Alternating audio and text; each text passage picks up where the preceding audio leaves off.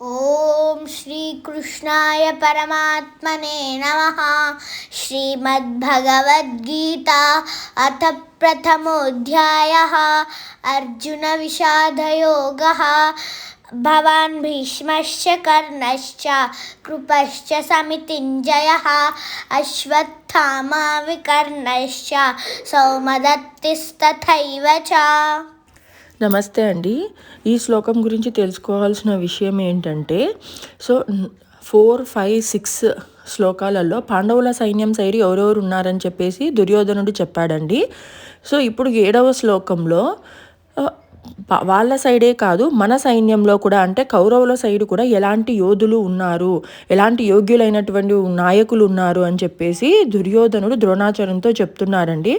ఆ విషయానికి వస్తే కౌరవుల సైడు గురువైన ద్రోణాచార్యుడు, భీష్ముడు, కర్ణుడు, కృపుడు, అశ్వత్థాముడు, వికర్ణుడు, భూరిశ్రవుడు వంటి గొప్ప గొప్ప వాళ్ళు ఉన్నారు అని చెప్పేసి దుర్యోధనుడు చెప్తున్నాడండి. అసలు ఇది వాళ్ళ సైడ్ ఎవరున్నారు, వీళ్ళ సైడ్ ఎవరున్నారు అని చెప్పుకొని మాట్లాడుకోవాల్సిన సందర్భమే కాదు. కానీ అలాంటి తప్పే చేస్తున్నాడు దుర్యోధనుడు.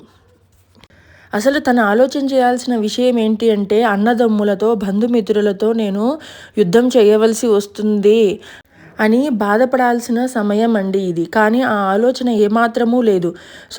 యుద్ధం చేసినప్పుడు అటువైపు వాళ్ళు మరణిస్తారు, ఇటువైపు వాళ్ళు మరణిస్తారు.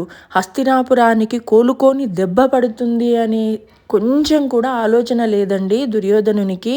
ఎంతసేపు అధర్మంగా విజయాన్ని సాధించాలి అని చెప్పేసే ఆలోచిస్తున్నాడండి. ఇది మనము ఈ శ్లోకం నుంచి తెలుసుకోవాల్సిందండి. ఇప్పుడు నేను వర్డ్ టు వర్డ్ మీనింగ్ చెప్పబోతున్నానండి. భవాన్ మీరు, భీష్మ పితామహుడు, చ కూడా, కర్ణుడు, చ మరియు కృపుడు, చ మరియు సమితింజయ యుద్ధంలో ఎల్లప్పుడూ విజయశీలురైన, అశ్వత్థామ వికర్ణుడు, చ కూడా, సోమదత్తుని పుత్రుడు, తథా అలాగుననే, ఏవా నిశ్చయంగా, చ కూడా. అంటే ఈ యుద్ధంలో ఎవరెవరు ఉన్నారో అని దుర్యోధనుడు ద్రోణాచార్యంతో చెప్తున్నాడండి. యుద్ధంలో ఎల్లప్పుడూ విజయం సాధించే మీరు అంటే ద్రోణాచార్యుడు, భీష్ముడు, కర్ణుడు, కృపుడు, అశ్వత్థాముడు, వికర్ణుడు, సోమదత్తుని పుత్రుడైన భూరిశ్రవుడు వంటి గొప్ప గొప్ప యోధులు ఉన్నారని దుర్యోధనుడు చెప్తున్నాడండి. ఇది నచ్చినట్లయితే please subscribe and support us అండి. Thank you.